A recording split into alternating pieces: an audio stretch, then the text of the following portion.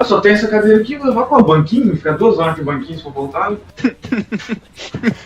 Outra cadeira roubaram, velho. Caralho, esse primeiro mundo aí é uma merda. É, né, mano? Os australianos roubando cadeira, olha que porra é essa? Cara, só tem uma tomada no apartamento. O cara continua sem internet, o cara tem internet intermitente. A internet é um lixo.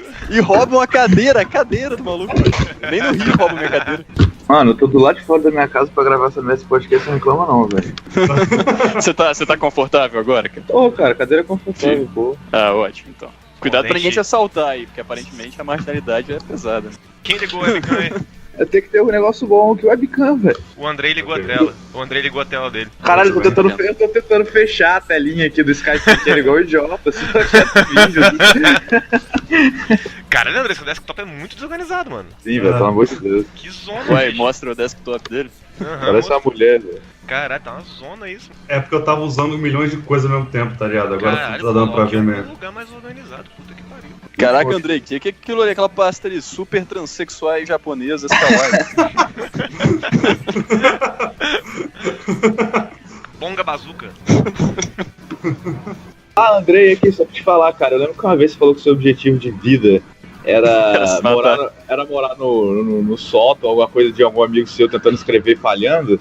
Eu vou mudar pro apartamento de 2 quartos, cara, vai ficar vazio lá, então se você precisar... Pô, beleza. Mas leva cara, 2 cadeiras porque o roubo de cadeira lá é alto. Tá com alto roubo de cadeiras lá. Só que, tipo, acabaram minha cadeira, mano, você acredita? Eu botava a cadeirinha pra fora, agora eu como em pé. Não, eu acredito, aparentemente você Mano, mora na moral, Austrália, vida louca. Aqui em casa, roubaram uma... Não sei se roubaram, sumiu minha cadeira de praia. Eu fui outro dia na praia com uma isso. galera, aí tipo... Eu voltei pra casa e coloquei as 2 cadeiras no lugar e tem uma cadeira que sumiu. Uma cadeira de praia sumiu dentro da minha casa. Como que isso é possível? Mano, você não tem ideia. Uma vez quando eu morava na Praia da Costa, eu fui pra casa e eu não conseguia entrar em casa porque, tipo, era uma porta bem velha. E aquelas que, tipo, sabe aquele negocinho de ferro da porta que encosta no negócio da parede da porta, que também é de ferro? Uhum. Era pintado, sacou? Então a porta meio que agarrava um pouquinho, sabe qual é? Então, tipo assim, você tinha que abrir com a chave e puxar forte um pouco a maçaneta. Teve um dia que eu não consegui entrar em casa porque roubaram minha maçaneta, brother. Roubaram Que isso? maçaneta. Sim, eu tinha a chave. Não, o engraçado é que mas não dá pra dentro. o cara não vai nem poder usar, né? Porque ele só roubou um lado da maçaneta. Não, o cara deve estar construindo a casa dele aos poucos, cara. E o pivô da maçaneta fica preso do lado de dentro. Ou então ele é um cara muito engenhoso que roubou sua maçaneta pra tacar num vidro de um carro e roubar o carro. Porra. Caraca, É pode ter engenhoso. maçaneta, ele pode usar uma pedra na rua, tá ligado? Ele é um cara Mas mais isso aí é passudo. tipo aqueles bicicleteiros lá que roubam o pistão, a tampinha do pistão do pneu do carro. Porra, eu já fiz muito Já viu isso. isso? Já fez muito isso? Porque a tampa do pistão do carro ela é maior, né, do que a da bicicleta. Aí você encaixa, mas ela é mais grandinha, assim, aí fica estiloso. Bonitona também, né? Tem essa BMW, ela tem um negocinho ali da BMW no pistão, cara, é uma bonita. É, Eu tinha mas a gente vai falar de pistão da vandalismo. BMW. A gente vai falar de vandalismo aí mesmo, João Vitor? Não. Seguindo. Tá Que ótimo. chama Camille Então, aí. Só tirar o microfone. Dá um oi pra ela aí. Ei, Camille. e aí, Camilo? Ei, Camilo, tudo bem? Amor, Conta pra gente. Caralho, bicho, tô aqui deitada aqui, por favor. Pô, a gente só veio dar um oi pra você, mulher, tá reclamando? É, não dá oi pra ela então não. Coloca o negócio no oi. Devolve meu oi, Camilo. Então tá. Devolve. Tchau, Camille. Bota o microfone, chefe. Cuidado com os ladrões de cadeira aí da Austrália. Peraí, rapidão, o quê? Você deixou a cadeira lá fora? Ah, a cadeira tá lá fora. Peraí, galera. Nossa, não deixa ela Pô, fora. vai ficar sem cadeira. He's looking for a savior, he's looking for a friend. The devil drinks in places you and I have never been. So Katie barred the door and never let him in.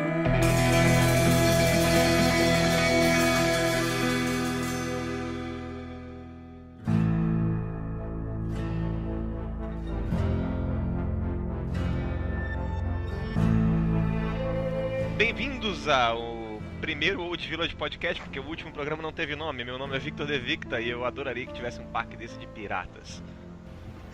Meu nome é Andrei e o Westworld é a clínica de teatro-terapia mais cara da história. Aqui é João Vitor e esses prazeres violentos têm finais violentos. Aqui é o chefe, a gente esperou 20 minutos pro João Vitor falar essa merda que ele falou. Um abraço.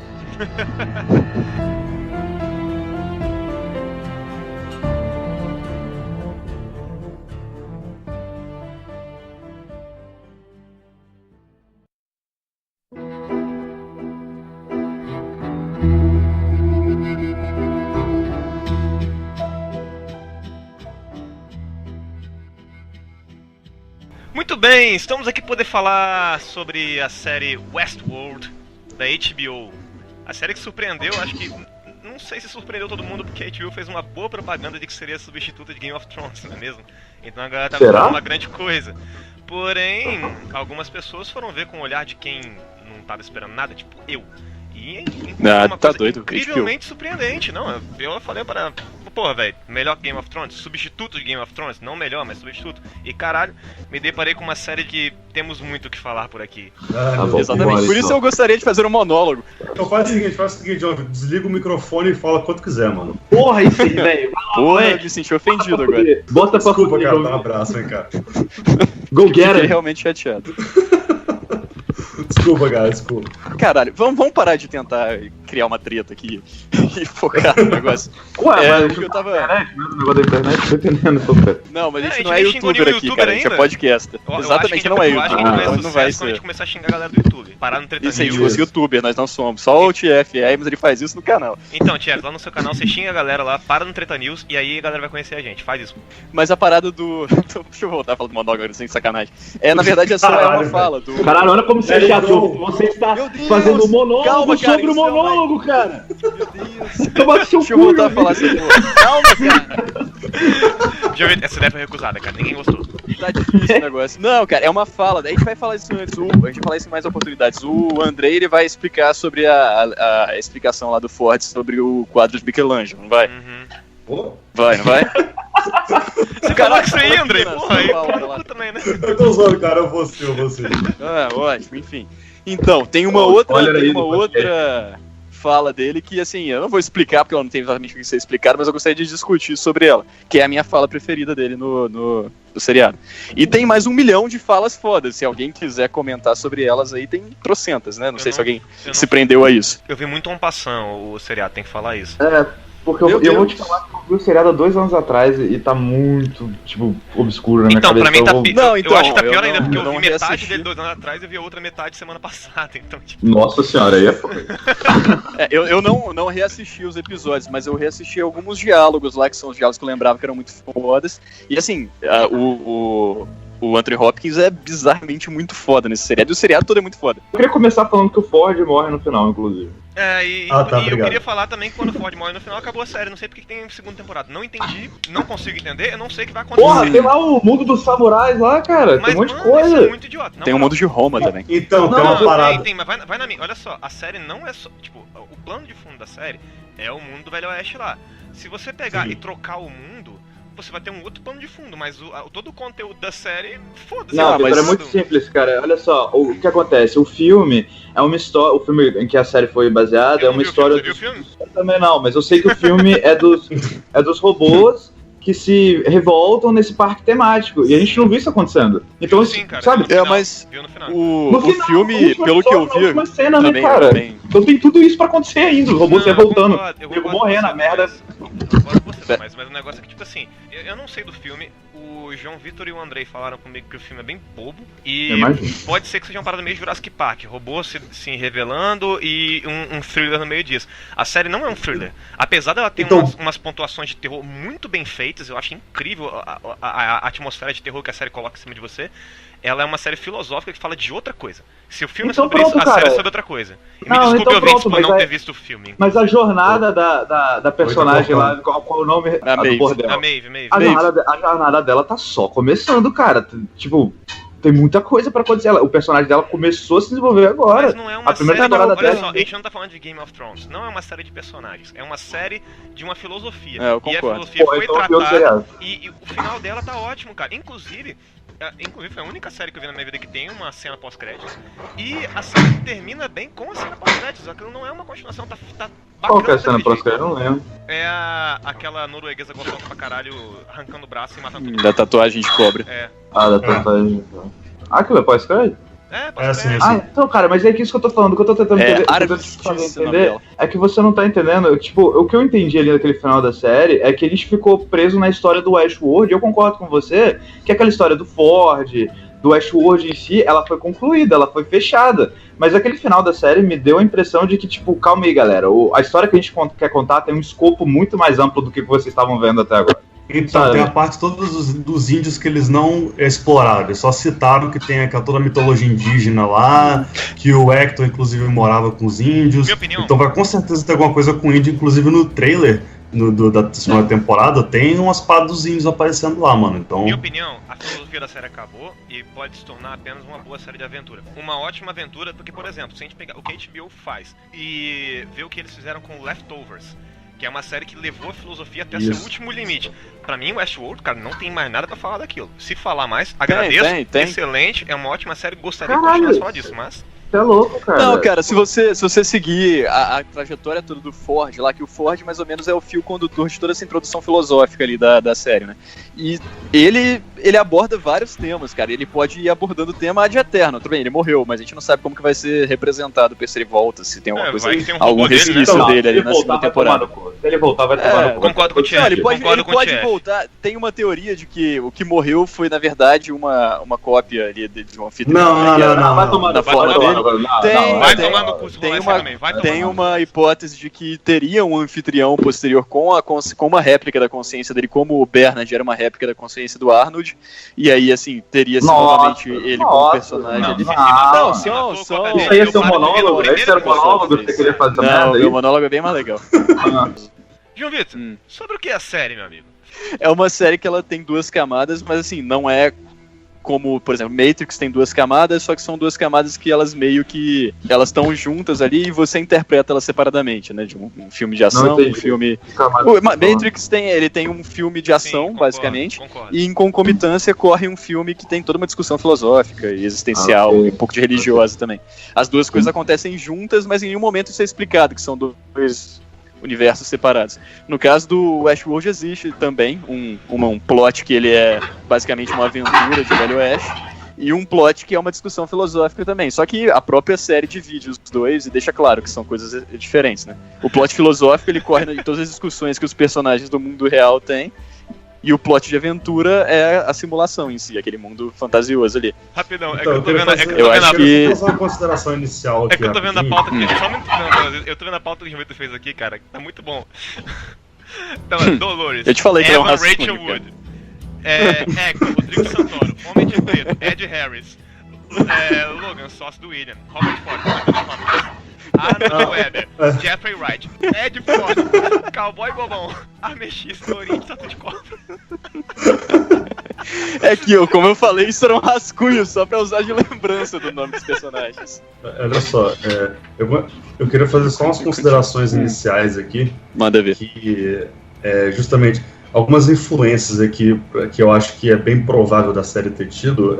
Primeiramente, aquele livro do Philip K. Dick, né, que é Android Sonho com Ovelhas Elétricas, junto com provavelmente também o mangá do Ghost in the Shell, o próprio Blade Runner, o próprio livro, o próprio filme, obviamente, do Westworld. Eu acho que essa adaptação do livro do Philip K. Dick para as telonas, assim como as telinhas no caso, né? Assim como o Eu, Robô do Asimov também. Eu acredito que essas foram grandes influências assim, para tudo que é futurista, cyberpunk, e inclusive é o próprio Westworld. E no livro e no filme do Blade Runner tem aqueles questionamentos que hoje em dia é meio clichê já, né? Por exemplo, por sinal, o livro do Blade Runner é o do Philip K. Dick, tá? O filme Blade Runner foi adaptado desse livro, se alguém não sabia disso. Mas enfim, os questionamentos que hoje em dia é meio clichê já, mas na época não era, é aquela coisa do até que ponto o robô é uma coisa e quando ele se torna alguém, né? E eu acho justamente disso. Eu acho interessante que no caso do Westworld ele não fica não tem essa limitação temporal, né, que era o caso do livro do Philip K. Dick, que ele era muito atual na época dele. Hoje em dia, como você falou, é uma coisa que a gente já viu bastante, hoje em dia é meio clichê.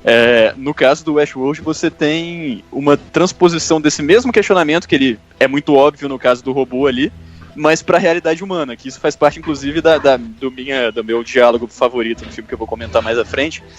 Mas você vê, no caso do Westworld, sim, você tem uma extrapolação disso aí, que no caso, realmente, do livro do Philip K. Dick e do Blade Runner, talvez, isso já é um pouco datado, porque a gente já teve essa discussão em várias formas de mídia até hoje, mas... no caso do Westworld, eu acho que não se limita a essa discussão do robô e da consciência do robô e do robô sendo um indivíduo ou não, sendo equivalente a um ser humano ou não. Você tem isso na série, só que a forma como a série coloca isso, eu acho que no caso do Westworld você tem uma extrapolação desse questionamento exclusivo dos androides para a realidade do ser humano em si. Você fala muito sobre consciência e autopercepção, e isso pode ser questionado também na nossa realidade. Até que ponto a gente realmente tem consciência do que a gente está inserido aqui, do que a gente é, do que a gente significa, e até que ponto a gente realmente tem liberdade de escolha, a gente tem livre-arbítrio. Isso tudo extrapola. Você pode alegorizar na forma dos androides ali, mas o Ford faz essa ponte de você extrapolar aquilo ali e perceber que na realidade dos humanos talvez isso não seja muito diferente daqueles androides. No caso dos androides é mais fácil de perceber porque nós mesmos que estamos impondo a realidade deles, nós mesmos fazemos as escolhas por eles ali e fazemos parecer que eles estão escolhendo, mas no nosso caso a gente só não é tão claro porque a gente está vivendo isso. Com licença, Andrei, na série aparece várias Andrei, vezes. o mangá de Ghost in the Shell é de quando? Porra, a data eu não vou lembrar agora, mano, mas é tipo 80 e poucos, eu acho, né? 80 e poucos? Bom, o filme é de 73. O livro, com certeza, é de antes disso. Ah, sim, é. Não é baseado nisso. Não tem um livro do Westworld, não. Não, cara, mas assim, eu acho que a série que a gente tem hoje, ela tem... um filme baseado no livro. Ah, é? Essa série que a gente tem hoje aqui, ela carrega muito pouco do filme. Eu conheço muito pouco do livro, cara. Também não sei falar sobre o livro. Também eu não conheço. Mas do filme... Existe. Não, eu também não sabia, o Vitor falou agora, mas assim, eu não sei se a série carrega mais coisa do livro do que do filme. Mas do filme, ela carrega muito pouco. O filme é um filme bem mais superficial que a série. Eu imagino eu queria ter assistido o filme, inclusive, mas vocês não viram, então não faria muito sentido falar sobre ele aqui, sabe?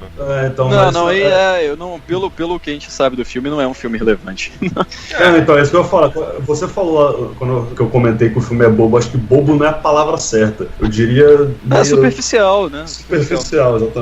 Ele é mais um filme de ação, pelo que eu vi. Eu não vi o filme, mas pela trailer. Exatamente. Pela descrição pelo trailer, essas coisas parecem. Eu sei que é errado você julgar a parada pelo trailer, né? Porque. Sim, a gente tá só a ideia era só mencionar esse filme, né? Mas a gente tá.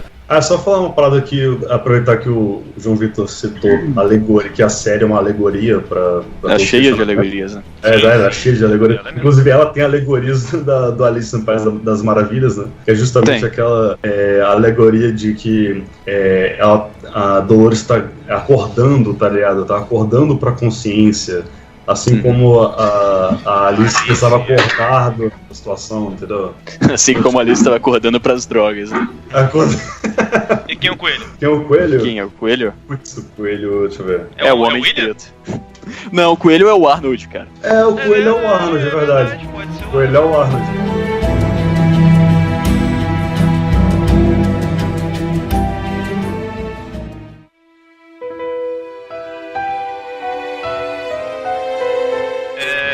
Eu acho que a série ela traz uma coisa interessante. Ela fala sobre coisas que já virou meio clichê em ficção científica de inteligência artificial. Que é o seguinte, falar o que é a consciência, o que é o ser humano, a máquina que é criada a ponto de espelhar exatamente uma humanidade, ela não é um ser humano de verdade. Eu acho que a série ela transcende um pouco esse clichê e ela bota isso como pano de fundo. Isso é uma coisa que passa na série, isso é uma filosofia discutida também. Porém, ela fala muito mais de humanidade.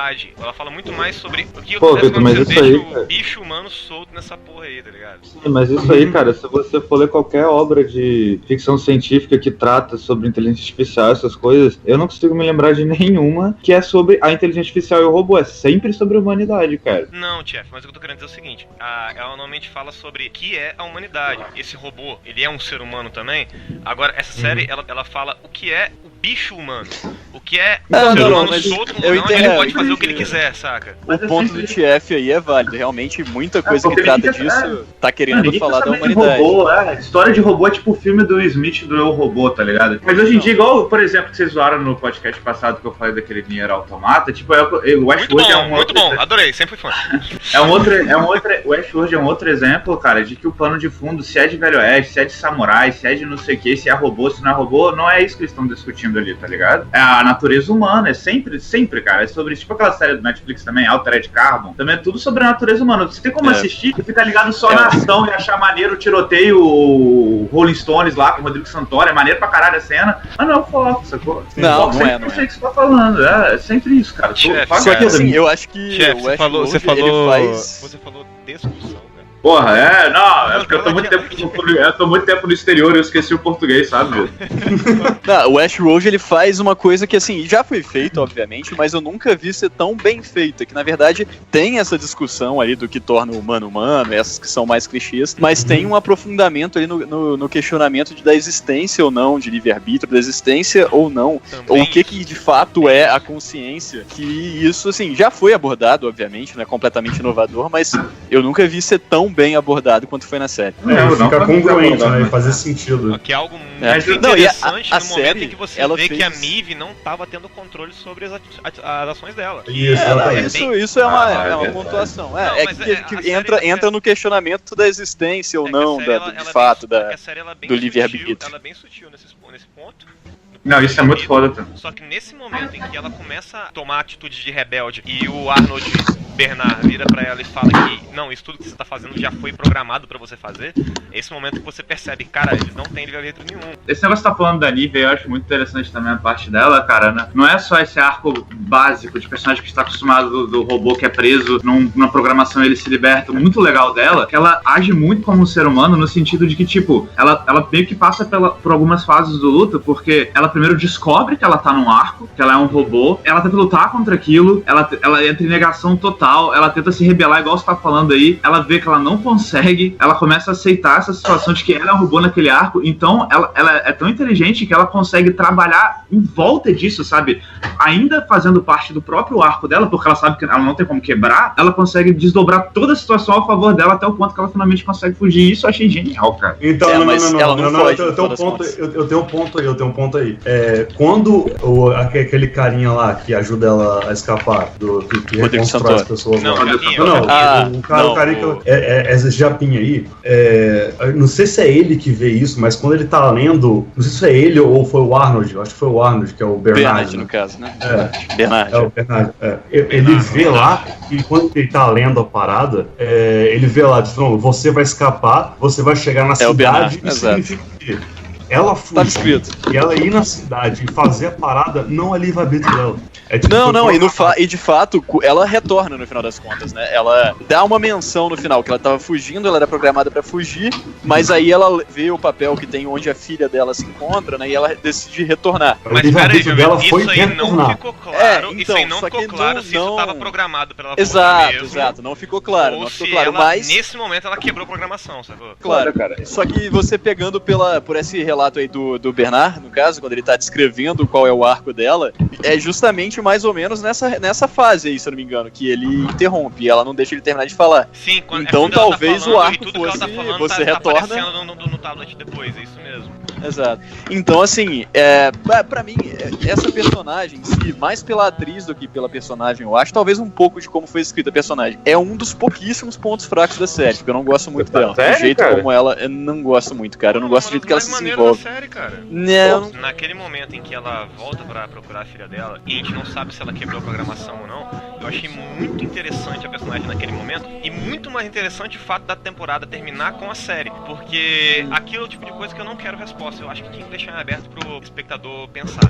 Mas é uma série, né? Ela dá dinheiro e aí a gente sabe o que acontece. Não, com certeza. Cara, eu discordo completamente. Eu acho que tem muita coisa pra contar ali ainda, que a ideia da série... eu acho também. Eu vejo a primeira temporada como um grande prólogo, cara, sinceramente. Não falaria isso. Eu acho assim que é um arco que ele se fecha, mas eu vejo muita margem pra continuação, se for bem explorado. Como um bom prólogo. É um arco fechado. Ele pode ser transformado em um prólogo. Falo mais. Eu acho que é perfeito. Eu acho que foi uma das melhores coisas relacionadas à série de televisão que eu vi na minha vida, essa primeira temporada do Westworld. Ainda mais nessa mídia de série, sinceramente, cara, eu gosto muito de Game of Thrones, mas eu acho que como série, no formato série, o Westworld é superior, porque ele consegue explorar o tempo que ele tem de desenvolvimento de episódio, né, que uma série tem diferente de um filme, e diferente de quase tudo que a gente tem como série, que no final das contas é uma grande enrolação, você tem uma história que poderia ser um filme, mas você estica ela ao máximo ali e fica enfiando um monte de coisa desnecessária pra ela durar o tempo suficiente pra fazer uma série. O Westworld não, não, cara, eu acho que cada episódio ele constrói a história e ele é indispensável no final das contas. Assim, tem gente que reclama do ritmo lento. Eu já vi algumas pessoas reclamando do ritmo lento da série. Cara, é necessário. O ritmo já vi gente falando. Eu acho que o ritmo é perfeito, cara. Não, porque o foco não é a ação. O foco é toda uma discussão filosófica que ela é pontuada nas horas certas. Assim, o desenrolar da trama, pra mim, cara, é maravilhoso. Você sentir aquilo ali desenvolvendo lentamente, com o tempo necessário pra ela, é uma obra de arte mesmo. Olha, cara. Eu, como uma pessoa, eu acho poucas séries que eu falo que não deveria ser de outro formato, é feito pra ser uma série mesmo, e foi explorado ao máximo. Eu acho que eu sou a única pessoa aqui que não viu na época de lançamento, eu vi só 6 episódios e parei. E eu terminei de ver agora que vocês falaram pra assistir pra gravar esse programa. E eu tava vendo aquela série Casa de Papel, que é bem foda, por sinal. Aí, tipo, é legal, mas não é fantástico. É porque eu gosto muito de história de assalto a banco. Assalto. Mas enfim, Westworld, qual é o lance? Eu voltei a ver pra gravar o programa. E, cara, mano, eu fiquei vidrado em como aquilo é fantástico, como aquilo é maravilhoso. Sim, as minhas séries preferidas são Game of Thrones, Sopranos e Californication. Mas Westworld, ela não acabou. Mas se tivesse acabado essa primeira temporada, acho que seria minha série preferida. Essa é a palavra. Assim, isso que você fala não faz sentido nenhum, porque você nunca assistiu nenhum episódio da segunda temporada e você tá falando, não, se tivesse acabado, você não sabe, cara. Então, pra você acabou. É porque eu acho. É porque tá perfeito pra mim, sacou? Eu quero daquele jeito. Eu quero que venha daquele jeito. Eu não acredito que tenha mais coisa depois. Se vier depois, eu não acredito. Eu finge que não teve. Foi isso que a gente comentou, tá ligado? Tipo, não precisava ter uma segunda temporada, mas eu tô feliz que vai ter, que talvez venha outra coisa genial aí. Eu não sei, mano. E por sinal, eu também concordo plenamente dos senhores quando vocês dizem isso. Eu acho que é completamente necessária a segunda temporada. Acho que essa primeira temporada, inclusive, eu fiquei até muito diferente da opinião de vocês, eu fiquei até um pouco chateado, porque pra mim a primeira temporada ela serviu muito de prólogo, cara. Ela serviu tipo assim, porra, a história, o plot principal nem começou a acontecer ainda. Que, tipo, aí só viu fragmentos dos robôs começando a ter alguma inteligência, velho. O que eu quero ver nessa série, eu quero ver a porra toda indo pro caralho, eu quero ver nego perdendo o controle, eu quero ver, tipo, uma discussão muito mais pesada, muito mais profunda da psique dos robôs e de como... Isso, já rolou, cara, não precisa disso, inclusive. A psique do robô é aquele clichê que a gente falou do que é a humanidade. Não é essa a ideia da série. Isso foi o que você viu, você não sabe o que os roteiristas e os diretores estão programando pra próxima, cara. Mas eu, como espectador, me senti maravilhado nisso que eu vi e eu não preciso de mais coisa pra achar que isso foi fantástico.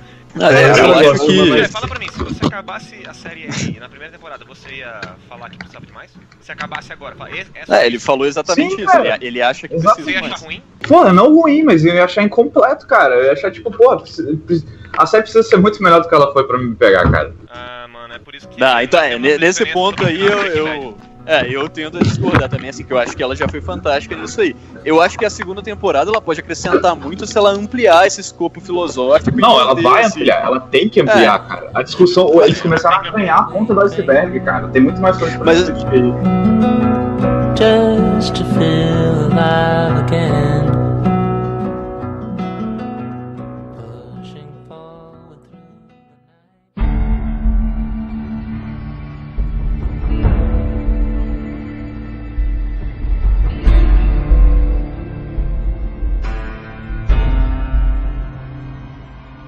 E acho que talvez esse ponto aqui seja um pouco de o que te pegou na série, no caso. Porque assim, no meu caso, o que me pegou na série é muito mais essa explanação filosófica, principalmente, cara, sendo feita pelo Anthony Hopkins, cara, porque é fantástico. Ele dá um peso pro que ele fala de uma maneira... ele é fantástico. Eu sempre gostei dele, mas nessa série, bicho... Cara, toda cena que ele aparece, ele é genial. É maravilhoso. Isso é uma coisa também que o Anthony Hopkins um pouco estragou o seriado, porque o seriado tem muitos atores bons, cara, tem muitas cenas boas, mas quando o Anthony Hopkins entra, cara, não tem pra ninguém, velho. Mas assim, eu acho que a série soube fazer isso bem, porque sempre que ele entra, ele praticamente inicia um monólogo, então o foco já vai pra ele, ele não disputa com ninguém. Não, quando o Anthony Hopkins entra em cena, é aquele momento que você se ajeita no sofá, tá ligado? Agora vai. Agora exatamente. Não, e eles deram um espaço bacana pra ele. Cena, eu me ajeitava no sofá. Sim, você sempre espera uma parada sinistra e sempre rola, cara, porque ele é muito sinistro. Vocês viram aquele vídeo do Nerd Writer One? Vi. Você me passou a ver. Cara, até eu ver aquele vídeo, eu achava que atuar bem era tipo Al Pacino, sabe? Nerd Writer, sim, eu vi esse vídeo também. Uma mega emoção, só que caralho, os detalhezinhos, cara, o cara olhando pra baixo. Sim. É muito bom, é muito bom. É muito bom, é muito bom. E eu não sou um cara que fica aprendendo. Aí que tá o papel de um bom diretor e um bom escalador de atores, né, cara? Porque eu não sei qual nome que dá pra pessoa que escala. Escalador de atores. É esse nome. Acho que é casting director, eu acho. Enfim, o diretor de casting. Nossa, isso parece muito um filme do Kubrick, não parece? O diretor de casting. Não parece não. Enfim, eu também achei que não. Eles colocarem o Anthony Hopkins no papel do vilão, cara. Que deixaram pra ele. E não é bem um vilão. Ele é o vilão. Que vilão? Não tem vilão, não tem vilão. Não tem vilão. É uma série sobre a psique humana, é uma série sobre filosofia, sobre humanidade. Não tem vilões e mocinhos nisso na realidade, cara. Não existe. O que é psique, meu querido? A psique, cara, Vic. Nada mais. Tá falando essa porra. Andrei, sabe que essa merda é, porra. Olha só.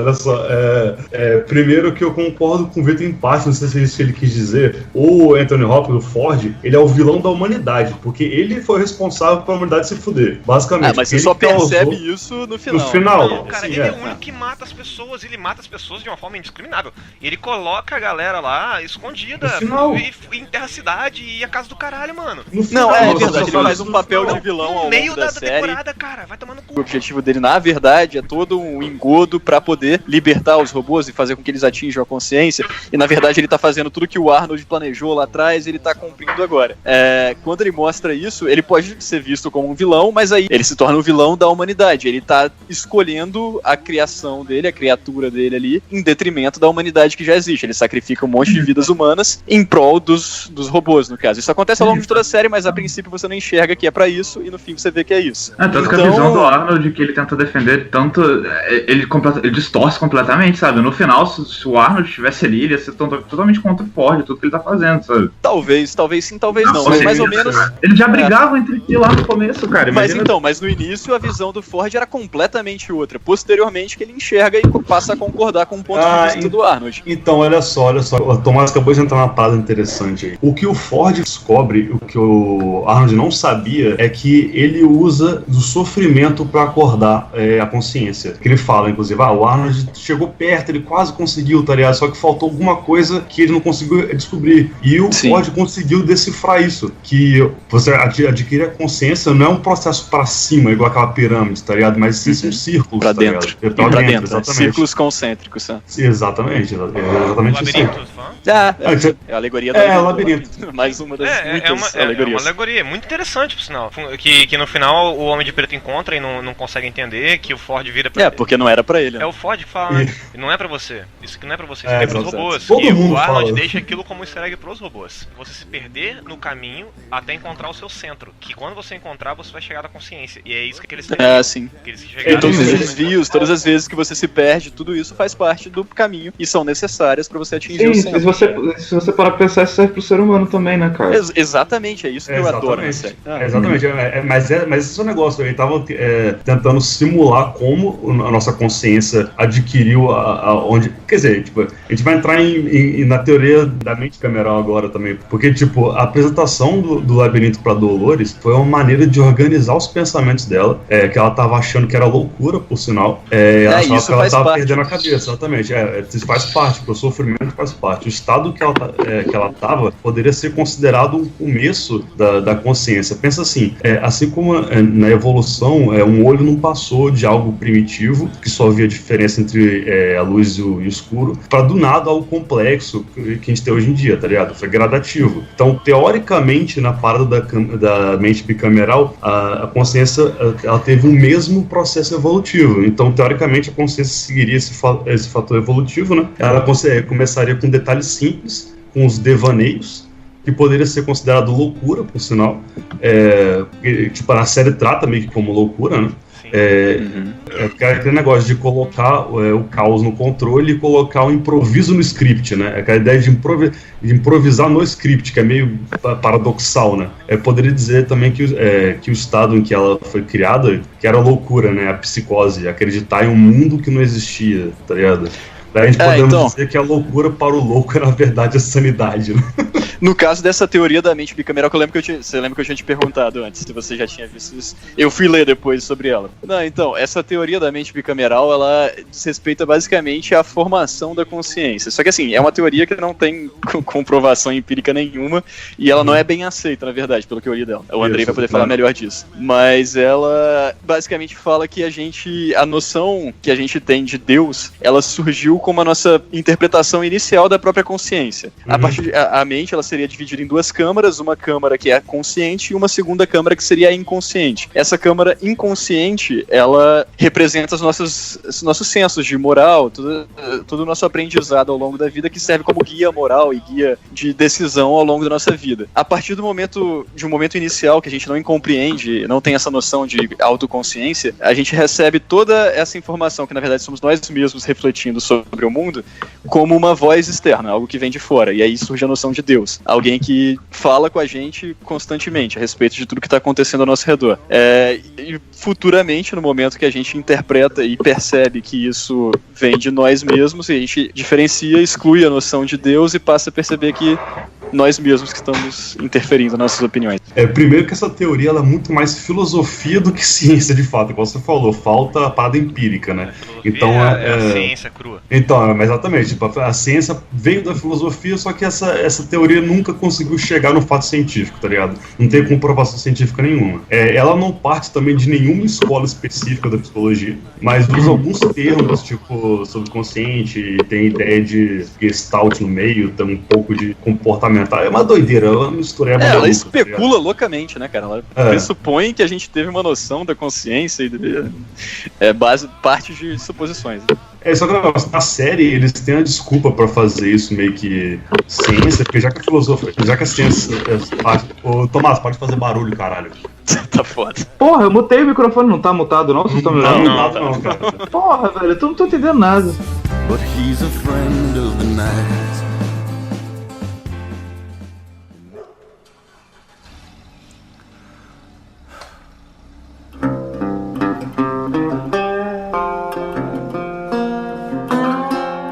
Eu achei muito...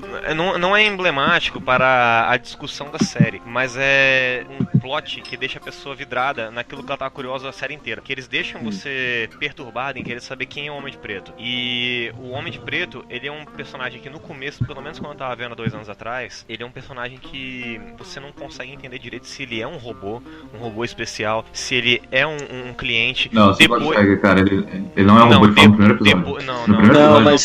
Fica esquisito, cara. Depois ele fala que ele tá voltando naquele parque há muito tempo. E aí eles passam a temporada mostrando a história do William e mostrando a história do Homem de Preto separado, com a Dolores. Separado. E mostra ela fugindo, esquecendo o amor do Ted. Aquela cena muito estranha, que ela tá toda rasgada, depois ela tá de boa, sem ferimento nenhum. E no final, o Homem de Preto encontra ela e ela fala que o amor de verdade dela vai aparecer. E naquele momento, você acha muito estranho, ou não, pelo que você tá acompanhando aquilo como uma linha retilínea, que ela se apaixonada pelo William, que ela acabou de conhecer. E aí o Homem de Preto vira pra ela e conta a história do William, desce o chapéu e levanta e mostra que na verdade o Homem de Preto o tempo todo era o William. E tipo assim, é o que eu tô falando. Que cena, mano. Pô, eu acho foda, não é o que eu tô falando. Na verdade, ele entra na igreja e ela pergunta, William? E aí aparece o Homem de Preto. Isso, assim, nesse momento você poderia perceber, mas depois eles discorrem. Mas fica aquele negócio que, tipo, pra discussão da série, isso é alguma coisa? Talvez, porque mostrar esse personagem o que ele era e o que ele virou é uma coisa muito interessante. Porém, pro plot, aquilo é uma parada que você fica de cara, mano. Eles jogaram aquilo de uma forma muito bem feita, não é muito bem construído. Mostra que nada é gratuito, né, cara? Pra falar a verdade, quando essa cena aí me deram spoiler, mais ou menos, porque eu tava acompanhando o seriado junto, e quando eu vi, um episódio antes de mostrar isso aí, eu vi alguma teoria na internet de alguém falando que era isso, tá ligado? Que ele era o cara. Eu fiquei começando a ligar os pontos. Mas aí, tipo, eu pensei nisso, então quando aconteceu, pra mim não foi caralho que foda, foi tipo, os caras estavam certo. Eu acho que sei lá, cara, a última cena do Ford lá é bem marcante, sabe? Tipo, é muito foda, velho. Excelente. Excelente. Mas esse seriado me deixa com um sentimento muito doido, porque eu sempre, sei lá, cara, eu espero que vai acontecer alguma coisa e não acontece. Porque, tipo assim, até o Ford morrer, eu ainda tava preso naquele negócio tentando entender qual é dessas narrativas, como é que o parque funciona e não sei o que, sabe? Eu tava meio agarrado nisso ali. Você sabe, porque você tenta pegar os fragmentos de informação e juntar alguma coisa na sua cabeça, não tem como, mesmo que o foco da história seja outro. Então, quando ele morreu, deu um baque assim, que eu, caralho, não, peraí, what? Aí me botou on track de novo pro que é importante no seriado, sabe? Então, foi uma cena bem marcante pra mim. E, inclusive, antes da morte dele, eles introduzem uma narrativa que, tipo assim, ela te dá um clima de claustrofobia e de perdição. Aí que eu acredito que o espectador comum pode ficar muito apegado aos robôs pelo medo de você passem em se estar na pele de algum deles. Aquela cena da última narrativa, em que o Ted encontra a Dolores na praia, e eles começam a proferir palavras de amor um pro outro, e se declarar, leva ela etc. pra praia. Leva ela pra praia, porque ela queria ver o mar pela última vez, e é uma parada que é construída durante o último episódio, né? Exatamente, durante a temporada inteira. É o último penúltimo, não lembro. E é construído durante a temporada inteira dela querer ver aquele lugar, e finalmente, depois que ela descobriu que o William era uma farsa, era uma mentira pra ela, na verdade ele tinha se tornado uma outra pessoa, crescido, e ela tá naquele ciclo perdido, ela volta pro amor dela, que é um robô, e ele leva ela pra aquele lugar que ela queria tanto ver. E corta aquela cena, os dois estão se declarando e trava os dois, e tem aplausos, e mostra uma pessoa numa cadeira, e é muita gente olhando aquilo, e aí você... Tipo assim, você tem duas formas de ver aquilo. Você tem a forma de ver como o espectador que está dentro da série, que está dentro daquele lugar, observando, meu Deus, que excelente narrativa, obrigado por nos mostrar isso, Sr. Ford. E você pode olhar isso da forma como a maioria deve ter olhado, que é o espectador televisionado, a pessoa que está vendo de fora, que é, meu Deus, te deixa mal de certa forma, cara. Né? É uma parada... O terror da série é muito bem feito. É muito genial mesmo. E como que toda aquela naturalidade e aquele desenvolvimento de romance que parece muito natural e fluido, né? E no final das contas é uma história sendo contada e nada daquilo é livre-arbítrio de fato. Esse questionamento ele é levantado várias vezes na série, é mais um momento que isso acontece. Isso me lembra quando eu era criança e eu achava que minha vida era um livro gigante lido por gigantes. Aí eu achava que tinha uma mãe gigante que contava a minha história com o bebê gigante pra ele dormir. E era um livraço, não acabava nunca, sacou? Pobre bebê gigante. Não, então, outras duas cenas também que são muito boas. Uma que eu acho que todo mundo vai concordar, que é o momento de transição do William, que puta que pariu, né, cara? Aquela chacina dele lá. Sim. Nossa, bom, que pariu, mano. Dá a entender que é no passado, porque eu não tinha entendido na hora que mostra uma perninha no passado, mecânica. Ele tava novo? Não, mostra uma perninha mecânica sim. porque na época a gente não sabia que ele era homem de preto. Tô falando que assim, mostra aquela perninha mecânica. Eu falei, ué. Não, então, esse momento que eu comecei a questionar, e aí eu achei essa teoria que eu falei, porra, velho. Também. Tipo, não bate. E outra cena muito foda, quando o William tá entrando no parque pela primeira vez também, que ele conversa com aquela mulher lá. Vocês lembram? Depois ela é uma puta, né? Um negocinho, ela muda de papel, nem isso? Ele tem que escolher entre White Hat e Black Hat, e aí ele pergunta pra ela. Ele pergunta mesmo? A mulher que recebe ele na estação do metrô. Sim. Pergunta pra ela. E você? É um robô? É um robô ou um ser humano? Ela vira, você consegue distinguir? Você consegue ver a diferença? Aí ele fala, não. Aí ela, então importa? Tá ligado? Muito bom mesmo. É o William, né, cara? O seriado, as cenas do William são sempre as melhores, tá ligado? Tipo, as do Ford também. Mas o seriado ele não as do William, as do Man in Black. Muitas cenas boas, cara. A narrativa do William é muito interessante, mas assim, o do Harrison Ford é porque o Harrison Ford rouba a cena, não tem como, né, cara? O personagem que ele faz. O Harrison Ford. O Anthony Hopkins. O Harrison Ford. One My Family Back. As cenas dele são legais porque, tipo, ele é foda, tá ligado? Mas os diálogos. Mas as que mais te prende, cara, as que mais que me prende, pelo menos, não te prende, não sei você, mas as que mais me prende, que me dá vontade de ver o próximo capítulo, era o William. Eu queria saber o que ia acontecer com ele, tá ligado? Não, eu queria ver o Ford falando. Tem um episódio que é quase todo. O Man in Black me prendia. Tem um episódio que é quase todo do William, que é um episódio que eles vão roubar a nitroglicerina. Então, esse episódio que ele se torna lá o Man in Black. Não, é antes. É o episódio que a Dolores dá um tiro nos caras e eles saem pra poder fugir com aquele robô que o Man in Black cortou o pescoço e botou sangue pra sangue. Qual é que é o lance? Que ela faz o Girl Power, tá ligado? Que eu não quero ser donzela mais, que ela fala. Exatamente, ele ainda não tinha virado o William Matador. Esse episódio, ele é o mais chato da série. Não é um episódio ruim, mas é um episódio que me deu vontade de dormir. É muita açãozinha desnecessária, com aquele plotzinho daquele amigo dele que é o retalho lá do justiceiro, chato pra caralho, tá ligado? Aí eu ficava vendo aquele negócio e falei, nossa, mano, sério, vamos prosseguir a série mesmo, que isso aqui não faz parte pra mim, é só tiroteio desnecessário. A minha cena favorita, porra, é difícil escolher uma, mas ao final do Ford é excelente, que toca Radiohead, por sinal, excelente, melhor ainda. Lixo! Mas acho que minha favorita é ele falando com a Dolores sobre o quadro de Michelangelo, tá ligado? Sobre a criação da humanidade e tal. Que ele mostra a pintura. Que ele mostra a pintura, exatamente. Inclusive tem um quadro do brother nosso, tem uma foto do brother nosso entregando uma cerveja um pro outro, foi muito boa disso aí. É verdade. E é muito maneiro a parada que ele faz, aquela analogia de que, depois demorou sei lá quantos anos, acho que 300, 500, sei lá, pra descobrirem que, na verdade, tá em volta de Deus ali é o formato de um cérebro, então é basicamente uma crítica à religião, é uma crítica a tudo que ela pô, é muito boa. O nome da pintura é A Criação de Adão. Isso aí. O nome dessa pintura. Isso. É aquela pintura famosa, para as pessoas que estiverem ouvindo entenderem, é aquela pintura famosa que Deus está sentado em um manto cheio de anjos, com um dedo esticado, e Adão está sentado em algum gramado na terra, tocando também com o dedo de Deus, entendeu? É o contato de Adão com Deus, é a representação da criação de Adão surgindo na terra. Se você tem um aplicativo do World Village, vai só um barulho de maquininha agora e você tá vendo a imagem. Daqui a alguns anos. A parada é que o manto que fica em volta de Deus nessa pintura que tem o formato exato de um cérebro humano. Então, exatamente. Encéfalo, com tronco, estrebelo. Pelo amor de Deus, deixa o Andrei falar, velho. Brilha, Andrei. É aquela parada de que nós criamos, tipo, Deus criou a gente ou a gente criou Deus de acordo com a nossa percepção, tá ligado? Então... Minha cena preferida, cara, então, eu vou ler ela. Porque é um diálogo, ele é curto e ele é muito bom. Se ficar ruim, Vitor, aí você corta. Não, você tem que dramatizar. Dramatizar é. Se tiver mulher, vai falar assim, vai falar igual a mulher. Tem que dar. Não, é um monólogo. Se ficar ruim, você corta e eu gravo de novo e você bota no lugar. Essa é a magia da edição. Não é muito melhor, em vez do João Vitor ler essa buceta desse monólogo, o Vitor achar essa merda na internet e colocar, não? Quem sabe faz ao vivo, mano. Não, vamos ler.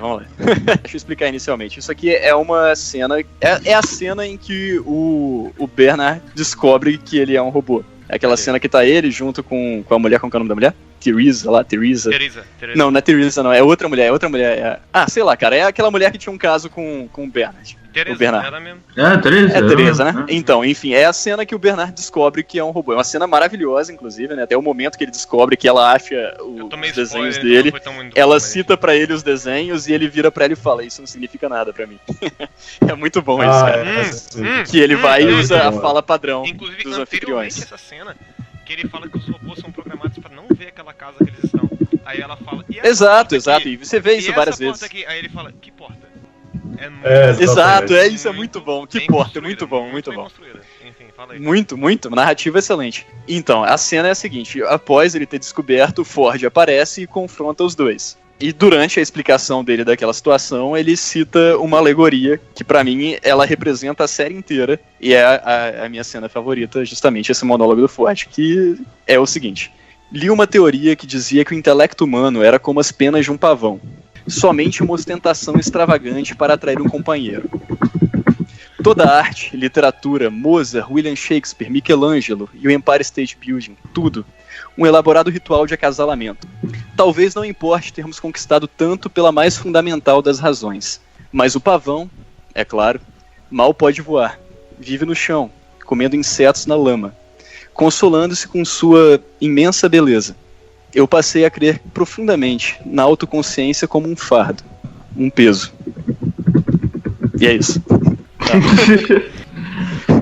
Tá, então esse monólogo do Ford aí, eu acho que ele expressa uma ideia central, pelo menos a ideia que eu mais gostei na série, que é justamente essa questão da consciência. Ele não entra especificamente nesse termo, mas dá pra extrapolar. Se a consciência de fato existe, ela é uma consciência, e nesse caso se a consciência realmente é algo relevante, ou no final das contas ela é só mais um artifício evolutivo. É como as penas do pavão, como ele cita, apenas uma coisa que funciona como um chamariz. Nada mais. É só uma característica bonita do ser humano em detrimento dos outros animais.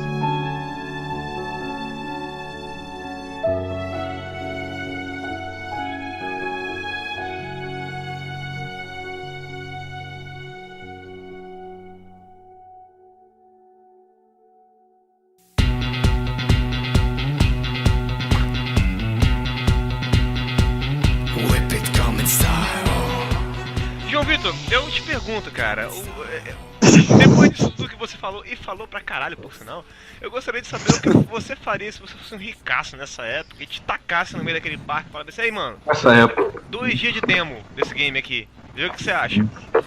Cara, assim... Beta tester, João Vitor, o que você faz nessa porra? Eu vou te falar, assim, com toda a sinceridade do que eu me conheço.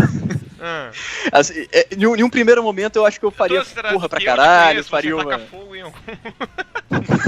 Então, a primeira impressão que eu teria também seria essa, que eu acho que a maioria das pessoas faria, fazer umas putaria lá, ia tocar o terror, ia matar gente pra caralho. Mas, cara, eu acho, sinceramente, sem demagogia ou pedantismo, eu acho que eu acabaria em um trajeto bem semelhante com o do William, cara. Eu ficaria meio obcecado com qual é a mensagem por trás da parada, ia querer interpretar pra caralho aquilo ali e ia entrar em uma espiral de loucura muito doida em busca do sentido daquilo tudo. Eu vou te falar sobre mim, cara.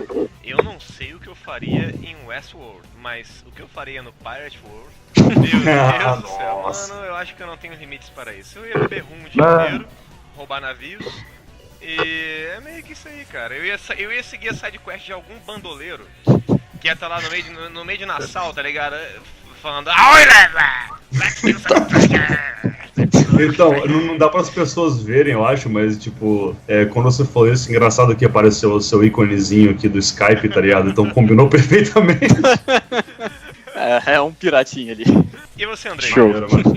Cara, é um negócio, cara. Eu gosto de João Vitor, cara. Meio sem graça falar tipo a mesma coisa e tal, mas eu seria bem William, tá ligado? Mas o que você faria, André, no Samurai World? Porra! Tomar saque eu ia ser um samurai. Comer um pouco de arroz e comer uma japonesa de buceta cabeluda, TF. Eu sei lá, mano. Eu ia provavelmente só fazer as main quests, que eu não gosto muito de jogo online, não.